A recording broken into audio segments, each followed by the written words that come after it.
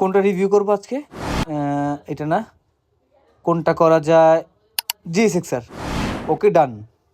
Suzuki GSX-R এই বাইকটা হচ্ছে গতির রাজা। মানে গতির রাজা কেন বলতেছি, এই বাইকটা কোনো বাইকের সাথে আসলে টাইনা পেছনে থাকে না, সবার আগেই থাকে। কারণ এই বাইকের যে অ্যারোডাইনামিক শেপ, এই অ্যারোডাইনামিক শেপের জন্য এই বাইক হচ্ছে বাতাস পেতে খুব দ্রুত পাস করতে পারে।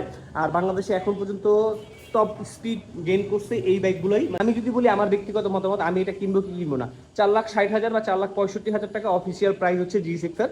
আর এই বাইকের যে সাসপেনশন, এই সাসপেনশন আমার কাছে খুবই ভয় লাগে। মানে যখন আপনারা রাইড করবেন এই সাসপেনশন দিয়ে আমি খুব ভালো একটা ব্যালেন্স পাই না, কারণ খুবই চিকন একটা সাসপেনশন। এই বাজেটে আরো ভালো সাসপেনশন দেওয়া দরকার ছিল সুজুকি কোম্পানি, কারণ গাড়ি যেহেতু অনেক স্পিড উঠে, সো এটাকে কন্ট্রোল করার জন্য আপনার সাসপেনশনটা অবশ্যই ভালো দেওয়া দরকার। এছাড়া ওভারঅল ঠিক আছে, আমি খুব খারাপ কোনো কিছু বলছি না এই বাইকটা নিয়ে। বাট একটা কথাই বলবো, এই বাইকটা হচ্ছে অল্প বয়সের ছেলেমেয়েদের জন্য। ভাই তোদের হাত পায়ে ধরি, তোরা বাইকটা আসতে চালাইস, কারণ এই বাইক অনেক মানুষের জানও কেড়ে নিচ্ছে।